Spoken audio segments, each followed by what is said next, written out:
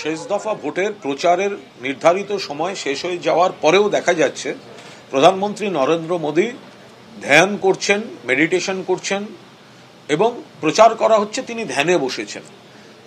ওদিকে দেখা যাচ্ছে camera, still photo, video, media, social media, অর্থাৎ ভোটে তিনি প্ল্যান বি ব্যবহার করে পুরো প্রচারটা নিচ্ছেন, ভোটারদের কাছে পৌঁছচ্ছেন, যেখানে অন্য কোনো দলের, অন্য কোনো নেতা, কোনো প্রার্থী তারা কিন্তু এই কাজটা করছেন না।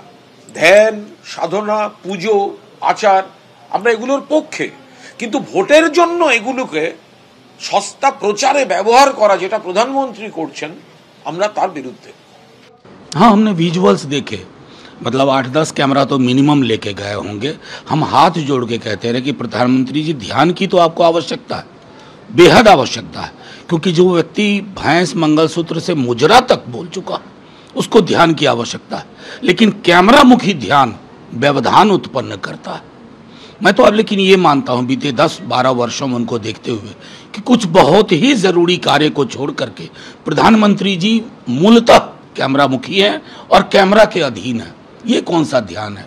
ये ध्यान के नाम पर परमात्मा के साथ भी मैं समझता हूँ कि एक तरह से खेल खेल रहे हैं, उचित नहीं है सर। মহারাষ্ট্র, কেদারনাথ আর এবার কন্যাকুমারী। গতকাল হেলিকপ্টারে করে কন্যাকুমারী পৌঁছানোর পর বিবেকানন্দ রকে ধ্যান মণ্ডপমে পুজো দিয়ে ধ্যানে বসলেন প্রধানমন্ত্রী নরেন্দ্র মোদী। সেই ছবি আপনারা দেখতে পাচ্ছেন।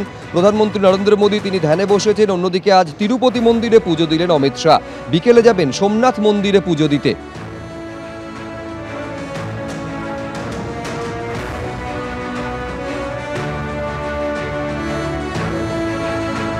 একদিকে কন্যাকুমারীতে প্রধানমন্ত্রী নরেন্দ্র মোদী, অন্যদিকে তিরুপতি মন্দিরে পুজো দিলেন অমিত শাহ। দুটো ছবি পাশাপাশি দেখতে পাচ্ছেন। গতকাল থেকে কন্যাকুমারীর বিবেকানন্দ রকের ধ্যান মণ্ডপমে ধ্যানে বসেছেন তিনি, এবং অন্যদিকে তিরুপতি মন্দিরে আজকে পুজো দিলেন অমিত শাহ। এরপর তিনি যাবেন সোমনাথ মন্দিরে পুজো দিতে।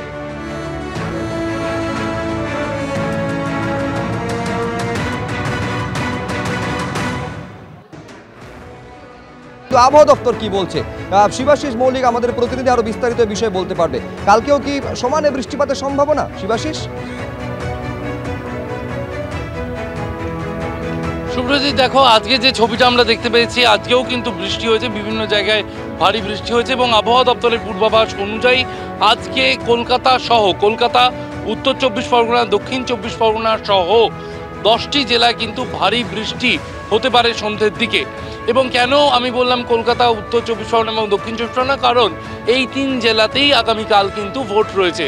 আগামীকাল 1 তারিখ এবং ভোটের ফলাফল যে 4 তারিখ, 1 থেকে 4 ভারী বৃষ্টির সম্ভাবনা রয়েছে দক্ষিণবঙ্গে।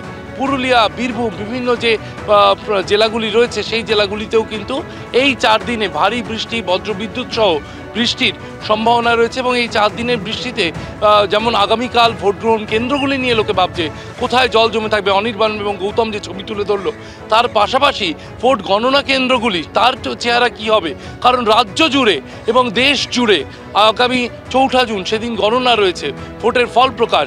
4 দিনের টানা বৃষ্টি যদি চলতে থাকে 1 থেকে 4, যা আবহাওয়া দপ্তরের পূর্বাভাস, তারপর গণনা কেন্দ্রগুলি কি চেহারা নেবে সেদিকেও কিন্তু চিন্তায় রয়েছে মানুষ।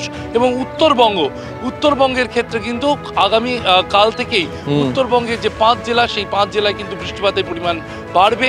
একেবারে ওপরের দার্জিলিং, আলিপুরদুয়ার, কোচবিহার, জলপাইগুড়িতে এবং উত্তর দিনাজপুর, সেখানেও কিন্তু বৃষ্টির সম্ভাবনা বাড়বে, এমনটাই আলিপুর আবহাওয়া দপ্তর সূত্রে জানা যাচ্ছে। ধন্যবাদ শিবাশিস।